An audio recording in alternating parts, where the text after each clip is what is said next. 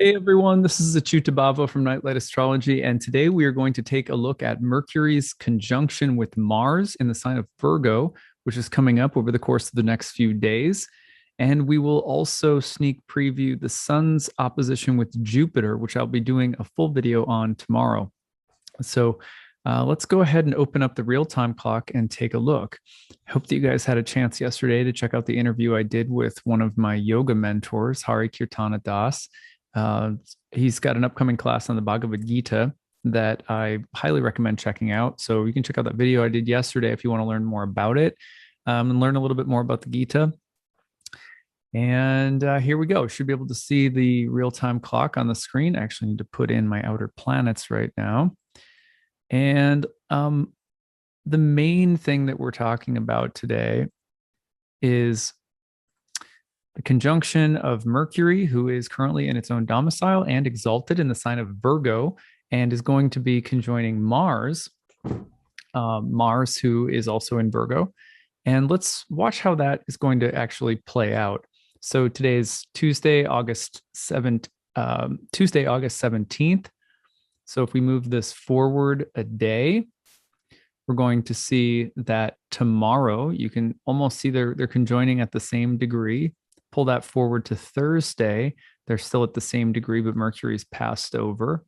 So, and to Friday, finally, we see the separation really pulling away.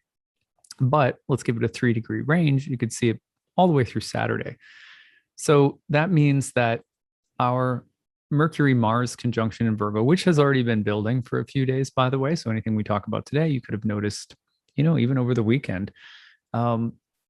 This is going to perfect on Tuesday, August 17th, August 18th, August 19th.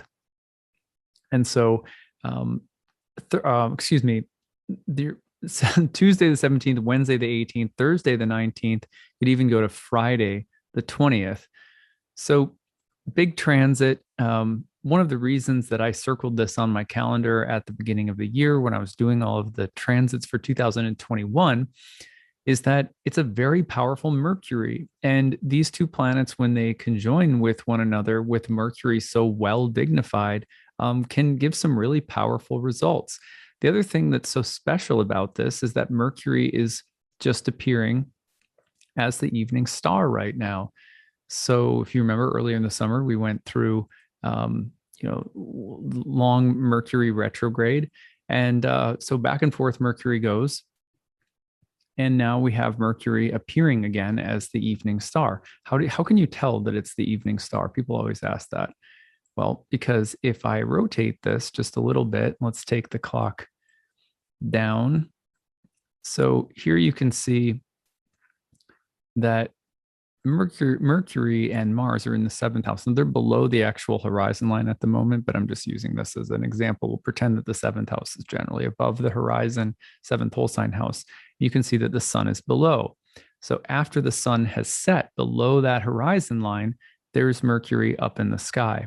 So you can always tell if Mercury is out in front of the sun in zodiacal order, then it's in its evening star phase, but you usually can't see it unless it's approximately 15 degrees away from the sun.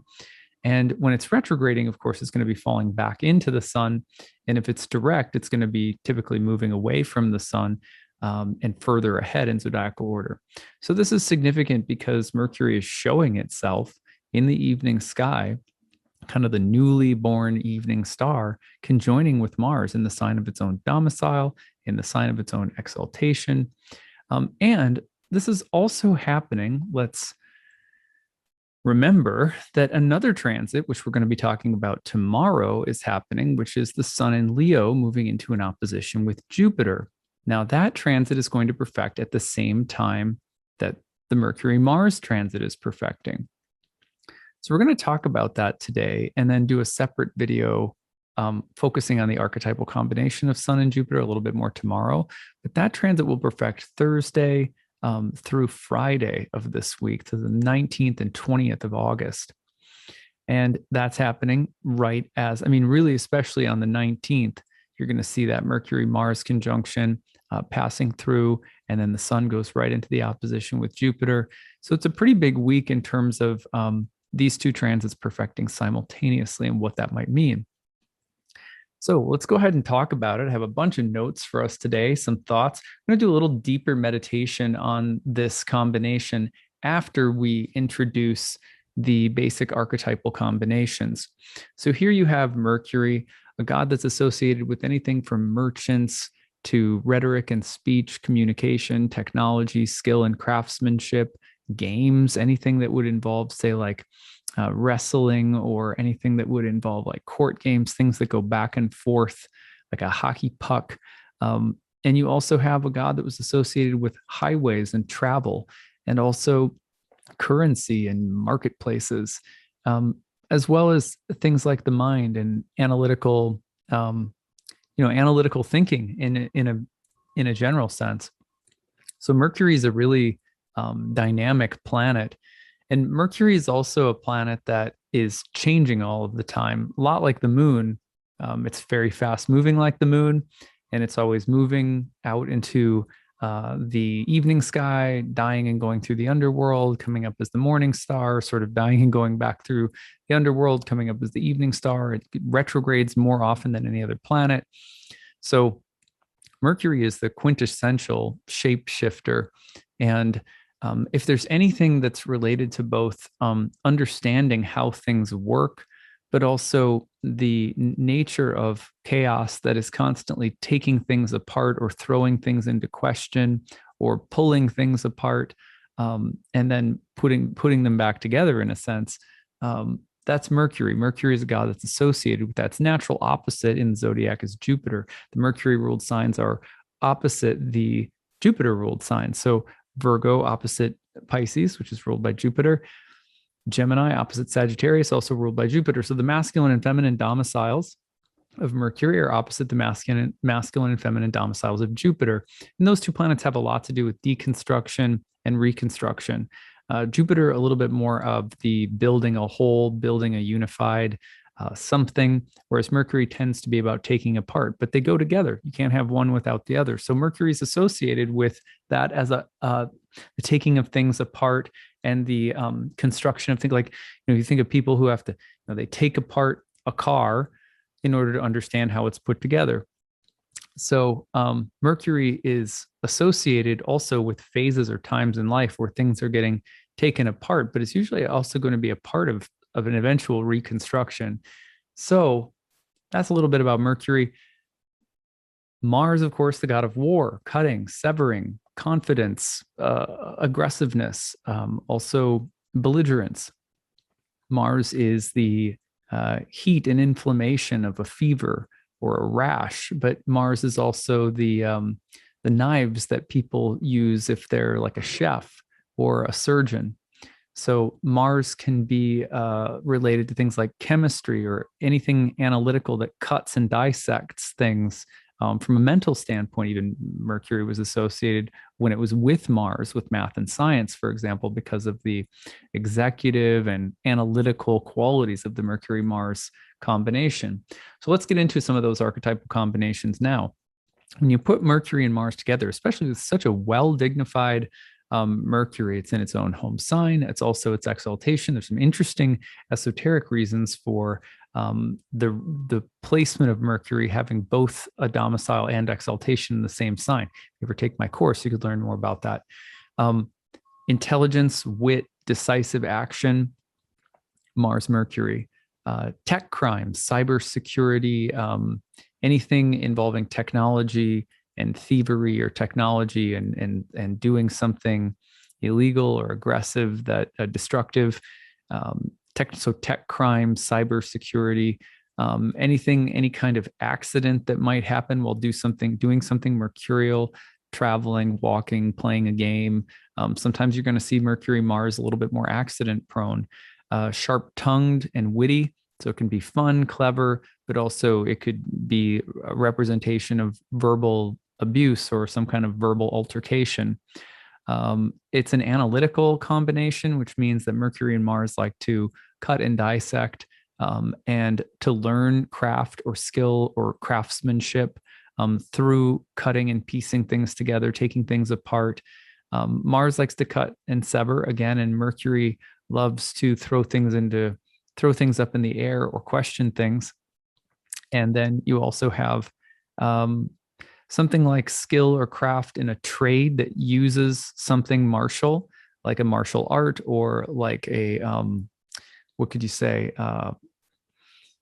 Something that uses cutlery, butchers, warcraft, this kind of thing. But also games, any kind of athletic skill or ability that needs to be developed. You could see specific, like something that's more amplified in the world of sports, for example. Also, deals when there's an aggressive offer or trade, or when there's something that's being promoted or trying to be sold aggressively through rhetoric and speech and persuasion. So you think of Mercury, Mars, you think of persuasive speech, aggressive speech, but maybe one with a goal or a desire that you're trying to get something done, or reach some kind of agreement using tactful strategy. So Mercury Mars is about strategy, warfare, and the strategy of warfare, for example. The Art of War, for example, a book, very Mercury Mars. Anyone who's independently minded, or saying, this is my own original thought. And also people who might steal thoughts, like thought policing, or thought, like mental, like surveillance, kind of like anything that could be done in order to uh, manipulate other people's minds or thoughts in an aggressive way. These are all Mercury Mars potentials. You can also think about someone saying, I'm not going to be persuaded. I'm not going to do this thing. I'm independently minded. Strong actions, plans, or strategies. Again, different kinds of theft that can come up. So these are some of the, and it can be kind of explosive. Like you can see Mercury things sort of exploding, like I mean, God forbid, like a computer exploding, or I don't know, something where you're pairing like a subway car that derails or something like this. Again, God forbid, but anything that's involving transit or travel, like a bicycle accident, or buying a new bicycle, or learning how to speed race or something like that. Mercury, Mars. So these are some of the archetypal combinations to watch for as the week unfolds. Now, as always, if you have a story that matches with any of these, before we go into our deeper meditation for the day here, before we do that, if you have a story, put hashtag grabbed into the comments section, put Mercury Mars conjunction, and feel free to share your story. Love to hear it. If you prefer to email it to us, you can email us at grabbed@nightlightastrology.com. We don't respond to those emails, but if you send them to us, just know that we will, without using your name, we may use your writing and share your story in a future episode. So watch for those combinations this week. One of the things that it was funny, because just a few stories from my own life about this combination that I've noticed recently, as it's just a degree away from perfecting now, is that one, a new exercise diet regimen has been in my life, just starting in the past week.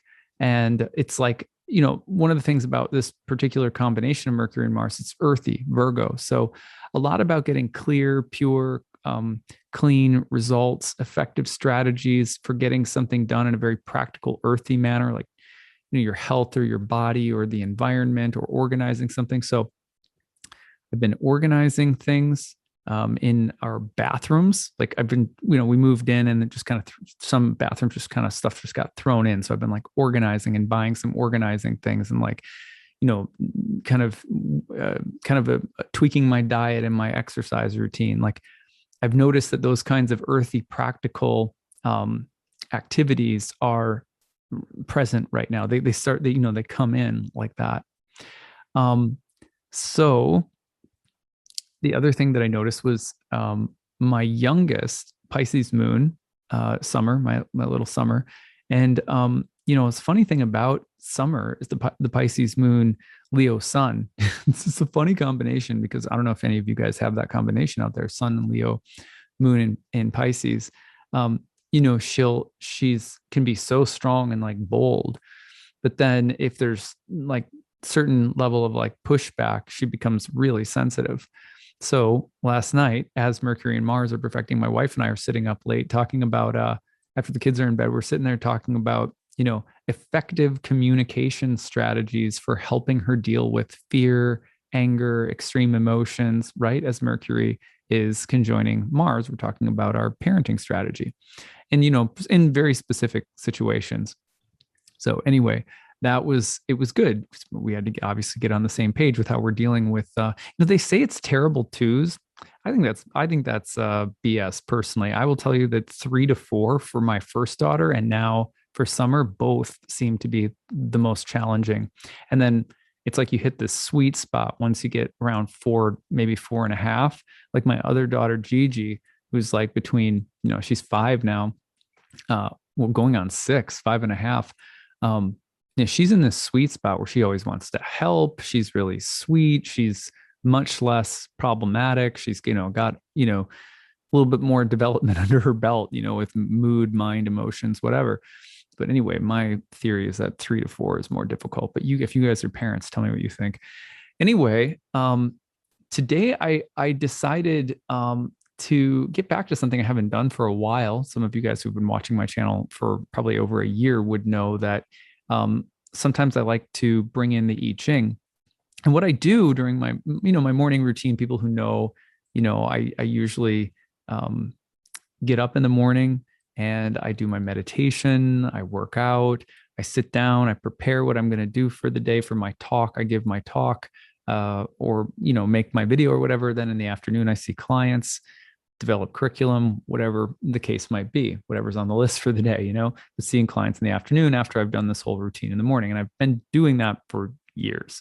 So that's what keeps me sane. And that's part of my sort of almost like my monastic life, you could say. It's funny in the yoga tradition, people are often like, you're a monk, but you're, you have a family, you have a wife.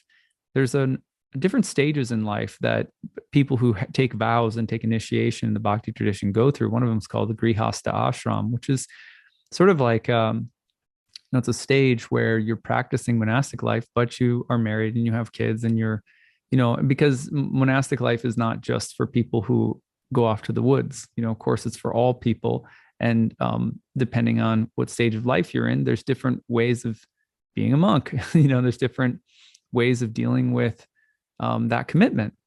So at any rate, another thing that I was talking about come to my mind because of this is the most effective strategies for managing time, money, energy, resources, given the the different priorities that we have. Your monastic commitments are up here, your marriage and family are up here, and then your health, and then you have like other things. And how do you manage the other things? You can't just ignore the other things.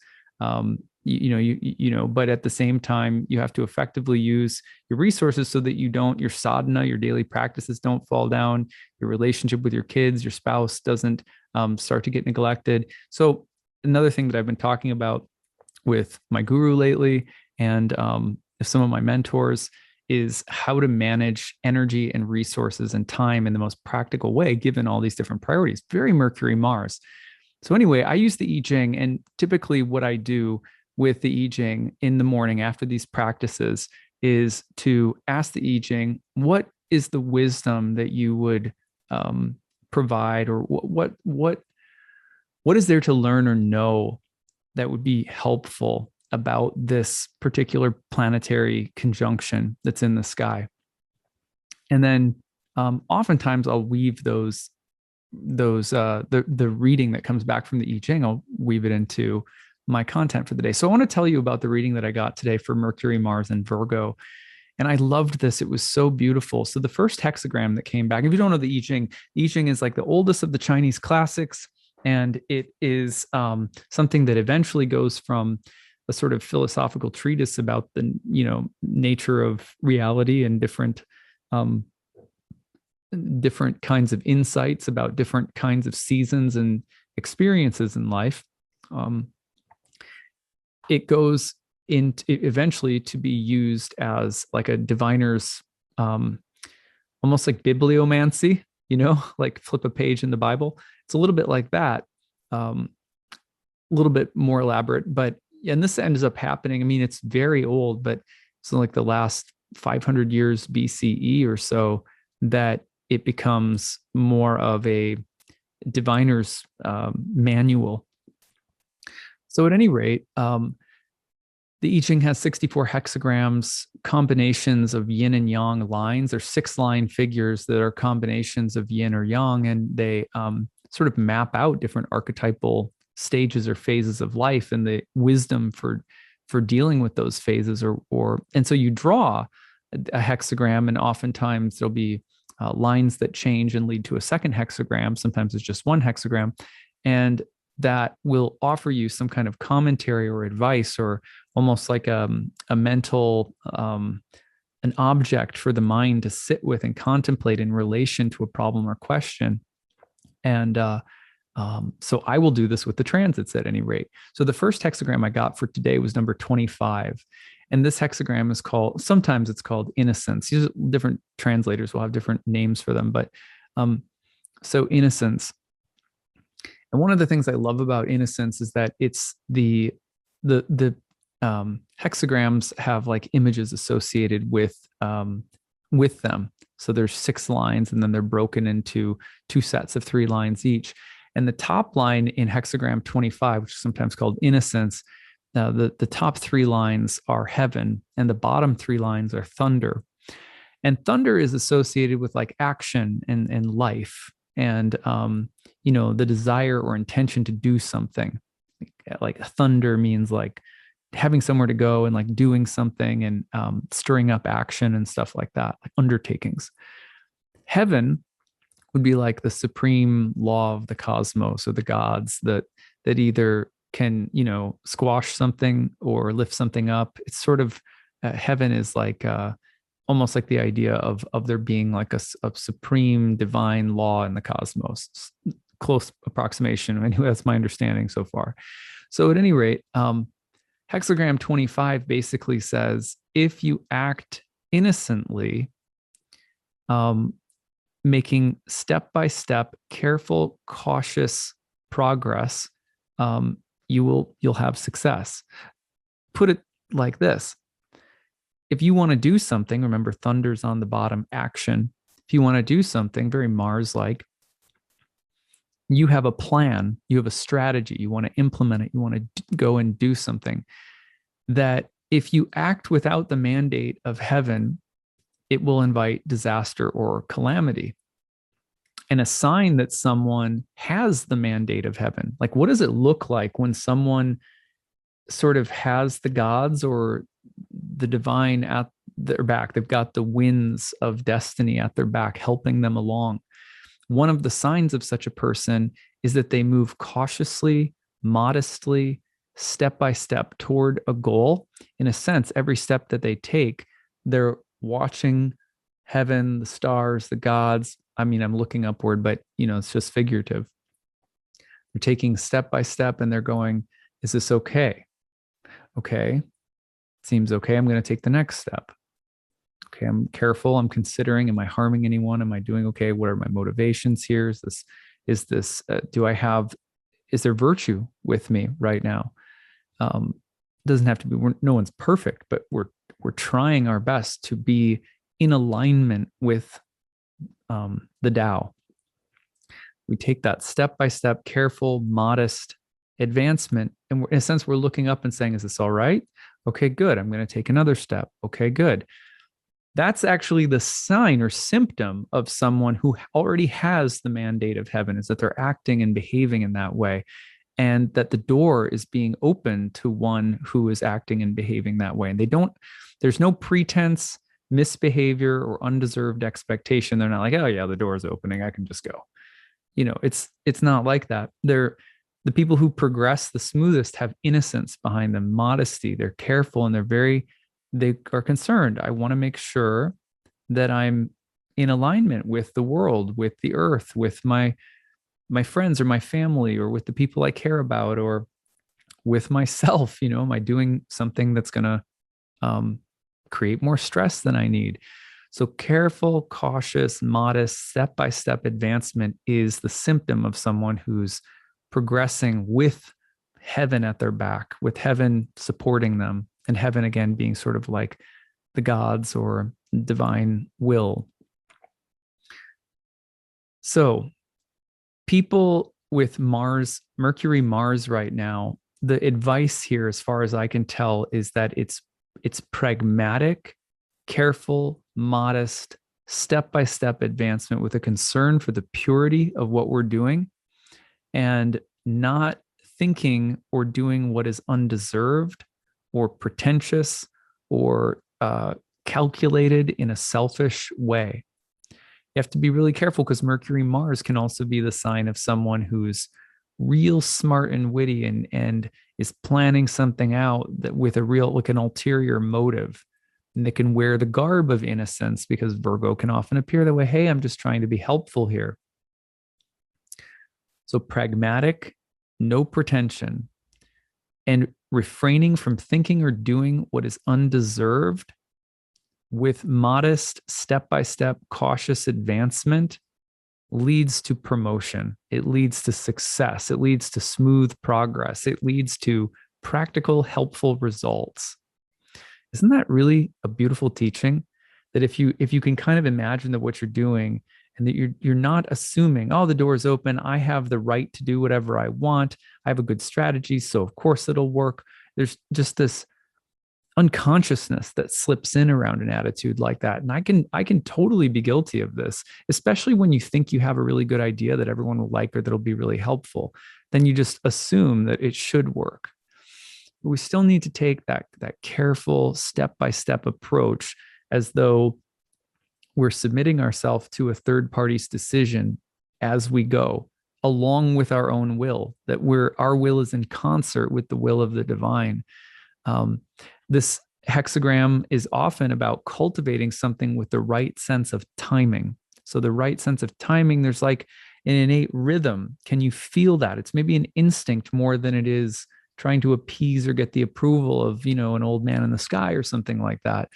But still there's a sense, there's a felt sense that comes, and maybe that's even a better word than cautious or careful, which might be too like, it might almost seem like fearful. But there's a sacred fear that we have to, when you're learning a rhythm instrument or you're learning how to play rhythm guitar or something, there's a sense that when you're hitting the rhythm and when you're not, and you have to pay attention to it. And there's a feeling of like, it's not quite there. Okay. Oh, there it is. Okay, there it is. And if you think about it too much, then suddenly you start thinking about it and you get off. So it's not totally correct to say that there's a kind of sacred fear involved in learning how to walk carefully and in sync, in the right timing with something. But it's not the same thing as saying that we need to be obsessive mentally about whether or not we're approved of or something like that. But there is a sense in which, again, cautious, careful, modest, step-by-step advancement is heaven supporting me, and am I in right step? Am I in rhythm? We need to be thinking about these things, especially when we're getting that Mars Mercury burst with a really powerful Mercury. Interesting that line 3 was changing in this hexagram. Line 3, it shows a person, an ox, who is tethered at the roadside that was led off. It was taken away by a passerby. But a villager is convicted undeservedly and unexpectedly because he or she is blamed for this ox being taken when in fact it was just some random person walking down the road who took off with it. So one of the messages of this hexagram over and over is that, look, if you are someone who thinks that you're owed things that you don't really deserve, or goes after things that you don't really deserve, or tries to appear innocent and doing things like for the good of others, or well, I have such good motivations and it's really selfishly about you, that you can eventually experience an undeserved calamity because you're feigning this idea of being innocent, that later things that appear to you that feel like you were innocent. How could you possibly have had anything, how did you possibly deserve someone blaming you about something that you didn't do? How could you deserve that? Well, part of this is saying, yeah, well, that's why you have to be careful about going after things that you don't deserve, or not being aware of whether or not it's appropriate to receive or have something, or whatever. So the other message here, which is a little different, is that even if you have an innocent attitude, it's not an insurance policy. You can't use the idea of innocence as some kind of safeguard, right, from calamity, because we also live in a world where, just because you're like, okay, I'm cautious, I'm trying to remain innocent, I'm trying to do the right thing, like I have good intentions, I'm not trying to hurt or offend anyone, like this overly cautious attitude, it's good, and it's the kind of attitude we need to move forward with goals, plans, intentions, because that's the candor of a cosmic citizen. That's a sign that you're like a mature spirit soul. But it doesn't mean that you're doing that just to avoid calamity. Like some people do that like superstitiously. And this line is also saying like you can't do it in a way that's superstitious, because calamities happen to people who are innocent. That's a part of, because in this cosmos, other people will try to take things that they don't deserve, or that isn't theirs, or that they're trying to do something and it's an act of thievery, or whatever the case might be. So, that is part of reality. And the reason for being modest, careful, practical, step by step, trying to go with the Tao is not superstitiously so that you'll be bulletproof, right? Because things will still happen. So that's one of the messages of this line. Really beautiful teachings, right? The next part of this is that then the line 5 is also changing in hexagram 25. To act according to what is right in the presence of others who are sick or contagious with some bad energy, there will be no need to take medicine. You won't be infected as long as you act carefully and righteously. Wait, what? That's a complete opposite of what we just said.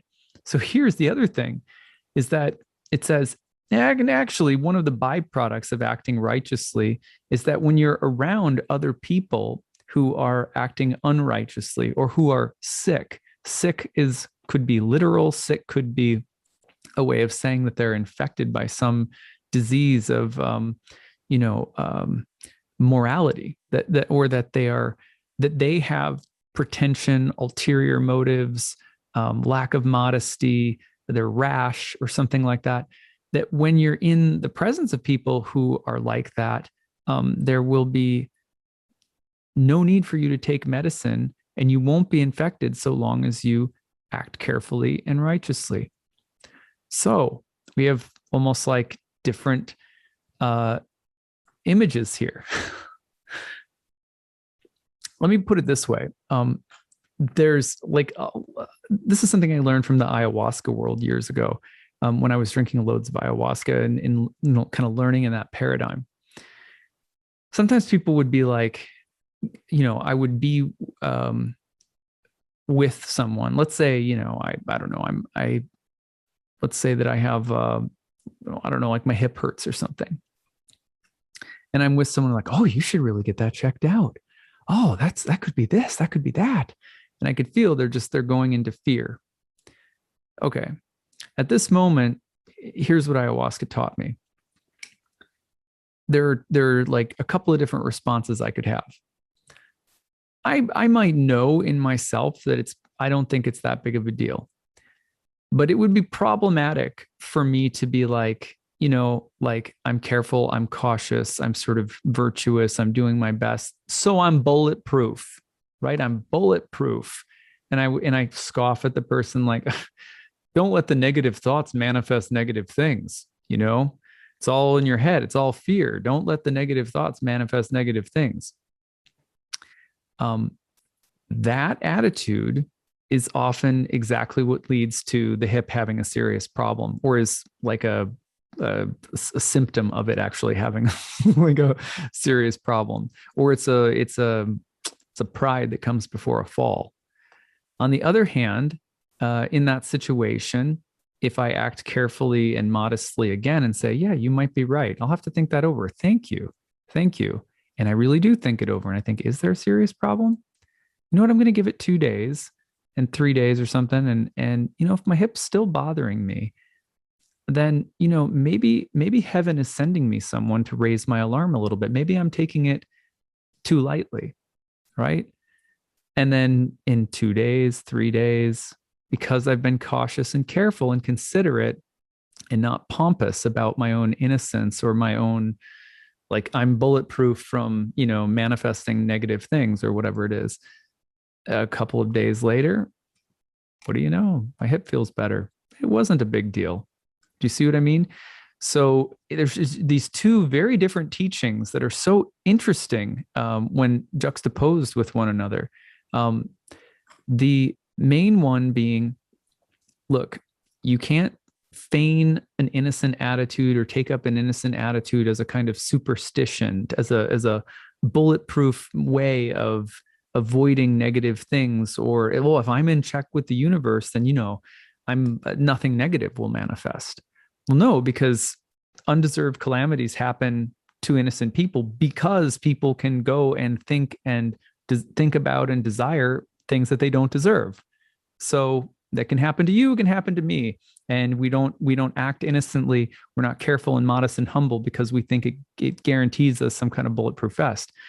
On the other hand, if you're careful and consistent with being careful and modest in all circumstances, there's also a way in which you don't get sick and people who are contagious with something roll off from you. So even our sense of I'm pure, I'm careful, I'm not in any danger here, that can become proud. We can get proud and high on that too. Isn't that an interesting? I just think those teachings in the I Ching are so beautiful, especially that they're paired right next to each other. Then the next hexagram is hexagram 30, igniting. This is what it changes into. So how do we stay innocent? How do we maintain innocence? How do we develop the real thing? Well, hexagram 30 in juxtaposition to 25 tells us it all depends on what we cling to. Here's the picture of fire and what it clings to, like wood or, some kind of fuel. So the quality of what we cling to in our lives is the quality of what keeps us righteous or innocent. So there are some prescriptions that the I Ching gives to us that the thing that we need to cling to has to be righteous. Righteous, not like self-righteous, but righteous as in it has to be good. It has to be true. It has to be beautiful. And that we need something like this at the core of our lives as what fuels our ability to stay in careful, modest balance with harmony with the universe. What we cling to is how we stay innocent, and it has to be righteous. And then it has to be carried out with heartfelt submission. Isn't that a beautiful phrase? Heartfelt submission. Heartfelt submission is not submission as in you're worthless, bow down. Submission, the word, etymologically means referring to a third party for judgment or decision. My will is not the measure of all things here. I don't even know all the time what's good for me. I don't even know exactly what I need. I don't even know what the right decision is a lot of the time. So I ask for help regularly. In my heart, I ask the presence of my guides, my higher self, God, whatever word you feel comfortable with. For me, I talk to Krishna.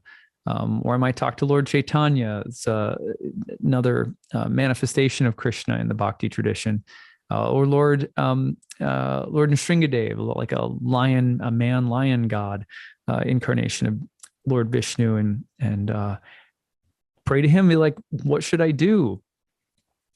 Talk to mentors. I listen inwardly. What is there's a still presence of wisdom in our own heart and soul, and we can hear it. So that something is righteous or good because it It contributes to your life a sense of wholeness, of virtue. It keeps you in line, and you have to refer to it like a third party. You have to, with your heart, submit and ask for help and be in alignment with it. Submission also means lowering, letting down, or sinking. So when you think about submission, you're also just thinking about, like, in that situation where the person might be way more worried about my hip than they need to be. I don't try to, in that situation, it's my job to sink down low. Oh, okay. Wow. Thank you. That's really interesting. Now, maybe there's a time where someone's really coming at me aggressively and I have to say, cool, I get it. I'm not as afraid as you might be, or I'm not as worried or concerned, or whatever the right language might be, as you are right now. But really, thank you for caring about me. Thank you for being concerned about me. And I'm going to think about that. So anyway, we're always trying to put ourselves, that you're feeding the right fire. The fire has the right fuel in your life, and that innocence and the right attitude that can help you progress in life is being maintained or managed, because you're always referring to it and you're always placing yourself below your adherence to those principles. And that's not because of your worth or value being less than something. It's because it's like a true north. It's like orienting you and orienting your actions. It's something that can keep you steady so that you can walk through all of these circumstances with that innocence intact, which is always going to lead to smooth progress. And, unless there's some of those times where we might be the victims of undeserved or unexpected calamity, which still happens. But generally speaking, there's a degree of sinking down a little bit in the situation. Heartfelt submission also means to reduce something. So when with our heart we move into humility, or we lower ourselves and we refer to that principle at the core of our life, whether that's yoga or a spiritual path or a daily meditation practice, or whatever it is that we draw on for wisdom, and we keep coming back to that posture of heartfelt submission. That is what hexagram 30 tells us will keep us righteous and will fuel the ability to maintain this kind of careful harmony with all things. What beautiful teaching. Seriously, like these, they completely blow my mind. Every time I read the I Ching and spend time with it, even though I'm always still grasping and trying to understand things that I don't, some of the things that I'm able to take anyway, these small nuggets, they really stay with me and they really help me throughout the week and so forth. So I hope they help you too. I hope you enjoyed this meditation on Mercury Mars today. Effective action. Are we taking careful, humble, step-by-step approach? Are we being careful of the subtle pride that can come with such an approach? And are we also, do we have the right, the right fire, the right principles at the core of our life, and are, we're feeding the fire with the right fuel so that we can maintain this kind of purity of heart when we're acting in the world. So that's a nice meditation on the I Ching today. I hope you enjoyed it. Please feel free to leave your comments in the comment section below. I love hearing from you guys. And we'll be back tomorrow for the sun moving into an opposition with Jupiter. Okay, take it easy, everyone. Bye.